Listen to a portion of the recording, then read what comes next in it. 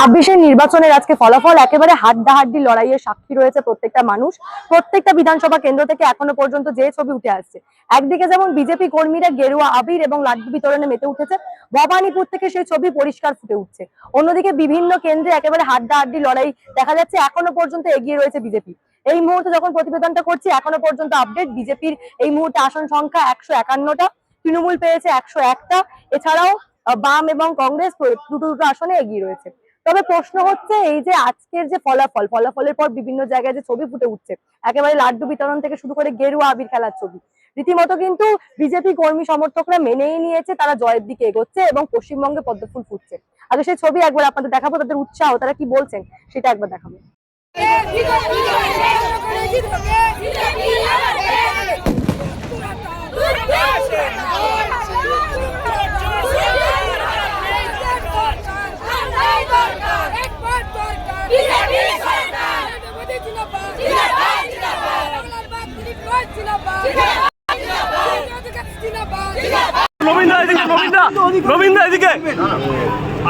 প্রথম থেকে এগিয়ে আছে, এগিয়ে থাকবে। ওয়েস্ট বেঙ্গল আরে খাও না, খাও খাও খাও, তুমি খাও খাও খাও।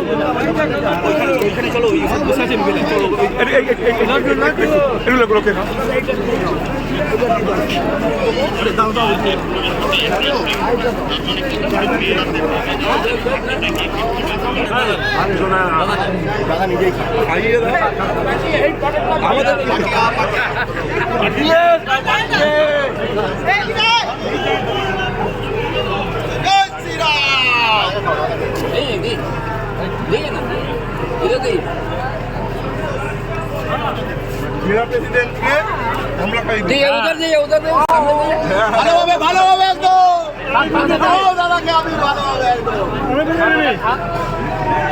তো বলা যেতে পারে এগিয়ে থাকার নিরিখে এখনো পর্যন্ত যে ম্যাজিক ফিগার, সেটা কিন্তু পার করে গেছে বিজেপি।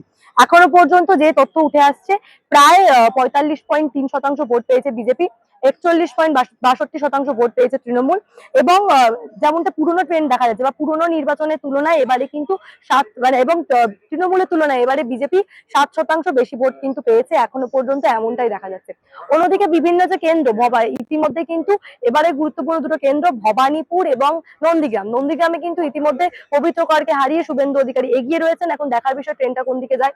অন্যদিকে কিন্তু এই মুহূর্তে তৃতীয় রাউন্ড গণনার পর ভবানীপুর থেকে কিন্তু শুভেন্দু অধিকারীকে পিছনে ফেলে মমতা বন্দ্যোপাধ্যায় এই মুহূর্তে এগিয়ে গেছে।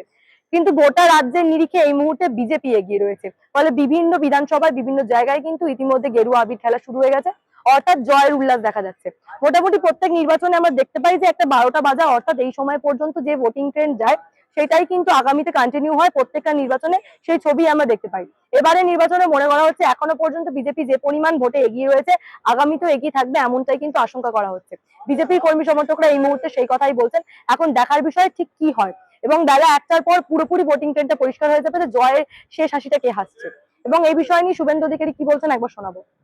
ফার্স্ট রাউন্ড ছিল মুসলিম এলাকা 63 নম্বর ওয়ার্ডে, আমার ডেফিসিট হয়েছিল অ্যাপ্রক্স 2000।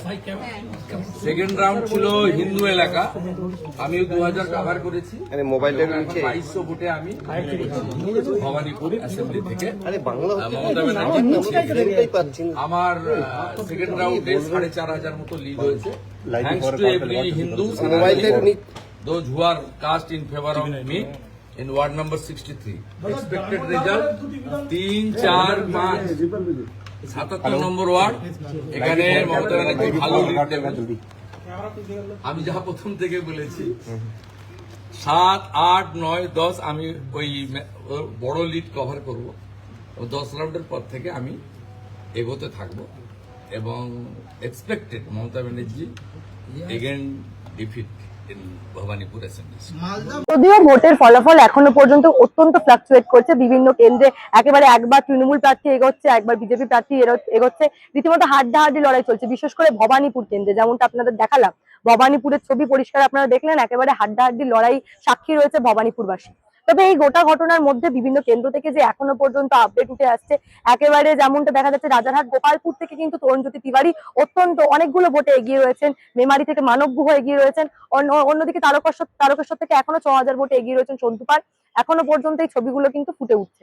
অন্যদিকে আরো কয়েকটা গুরুত্বপূর্ণ কেন্দ্র যেমনটা দেখা যাচ্ছে যে কয়েকটা কেন্দ্রে বিজেপির ভালো ফল করার কথা ছিল, যেমন কি কোচবিহার থেকে শুরু করে সেই সমস্ত আসন কিন্তু এখনো পর্যন্ত বিজেপির ঘরে রয়েছে। এই মুহূর্ত পর্যন্ত সেই খবরই রয়েছে। এখন দেখার বিষয়, এখন প্রায় বাজে হচ্ছে প্রায় 12টা।